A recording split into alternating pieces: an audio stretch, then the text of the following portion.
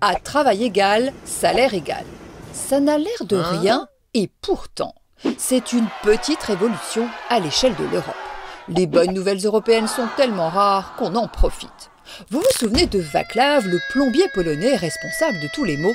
Eh bien, il va redevenir fréquentable grâce à la révision de la directive des travailleurs détachés.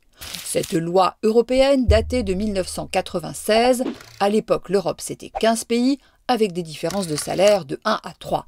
Rien à voir avec une Europe à 28, où les différences de salaire vont de 1 à 10. Il était donc urgent de la réformer.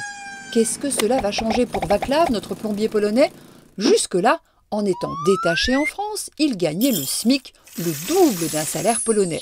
Côté cotisation, son employeur français y gagne, car elles sont alignées sur les taxes polonaises, moins lourdes que les françaises. Résultat, les travailleurs de l'Est sont de plus en plus nombreux à l'Ouest, BTP, industrie, agriculture. En 2017, ils étaient 516 000 en France. À la clé, une concurrence néfaste pour les PME, on appelle cela le dumping social.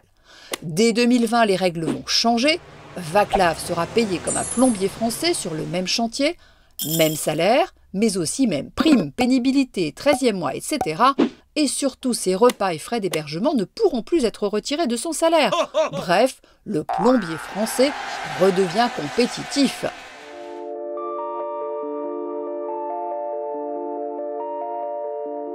C'est une véritable avancée au niveau de l'Europe. Good news. Oui, c'est une avancée incontestable et toute avancée est bonne à prendre. Un pas en avant vaut 1000 programmes, disaient certains. Donc c'est pour ça que j'ai voté pour, c'est pour ça que c'était important de voter pour. Jusque-là, l'Europe s'occupait des questions économiques, beaucoup moins des questions sociales. Or, aujourd'hui, avec cette directive, c'est le socle de l'Europe sociale qui est posé. Il reste beaucoup de choses à faire. La première, c'est d'abord, je le disais, le contrôle. Il faut améliorer considérablement les contrôles au niveau national, ça c'est une certitude. Augmenter les coopérations entre les États, c'est une certitude. Mais je crois qu'il faut passer à une étape supérieure. Il faut créer maintenant une autorité européenne. On parle d'autorité européenne du travail. Ça serait bien d'avoir même une agence d'inspection du travail au niveau européen qui est autorité sur les États membres. Mon grand regret, c'est que le transport routier ne soit pas inclus dans cette directive, parce qu'il était inclus dans mon texte au départ. Et vous savez bien que dans une négociation, il faut cibler ce à quoi on tient par-dessus tout pour pouvoir dire, eh bien, dans un deuxième temps, je m'occuperai du paquet mobilité et des transporteurs routiers.